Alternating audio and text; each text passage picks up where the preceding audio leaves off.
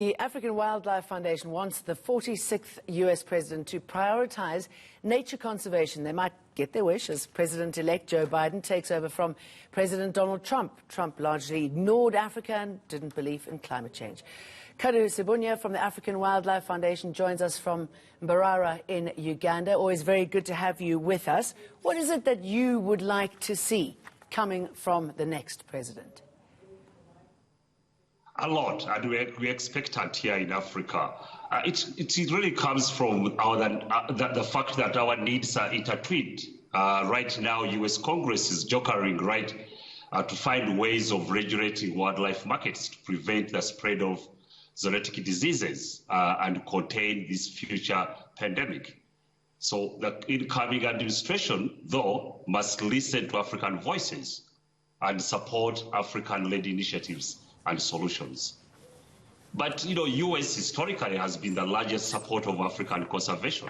For the last 10 years, they've invested almost $2 billion on the continent conservation. That money is at a risk if we don't make the right steps and right investments, especially after COVID-19.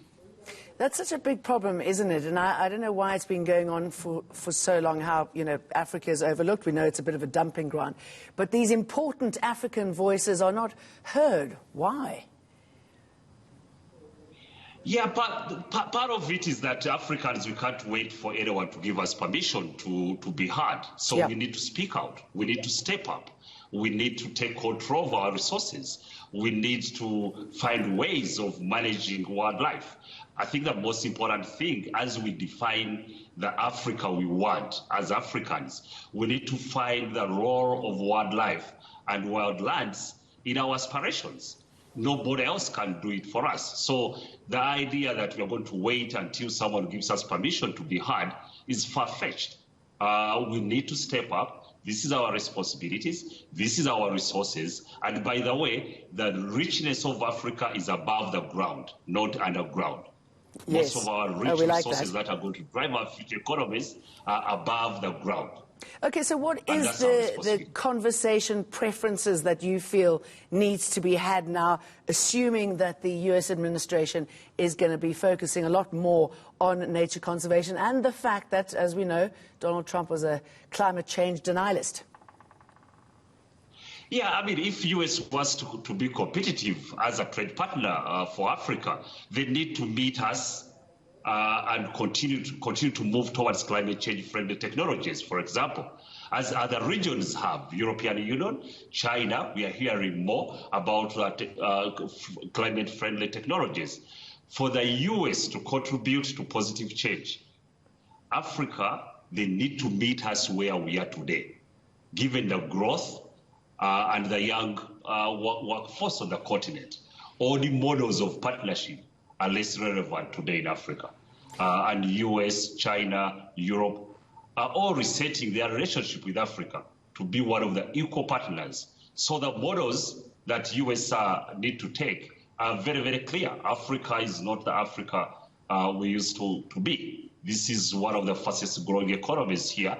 And our young people, who are the majority on the continent, are the most educated Africans that ever walked this planet. So this is a different Africa. All right. You touched on zoonotic diseases. I mean, we are here today with a pandemic because of that, falls under that orbit. What should be the discussion there when it comes to the US? How do you think they can help stop something like this from happening again? The coronavirus pandemic has forced even greater attention on the risk associated with the trafficking wildlife, making conservation work more important. So transition of wildlife places increased risk on future pandemics. So we would like to see U.S. support of wildlife trade and supporting all supporting our efforts to stop the demand. We believe that when the demand stops, the killing stops. But this is not an African issue. It's also a security issue, I know, which is on top of mind of many US politicians I work Kaddu with. Sebunya, we're going to have to leave it there illegal because we are financial losing flows. you. Apologies for that, but I certainly hope you get your way and that the US is listening to meet you halfway.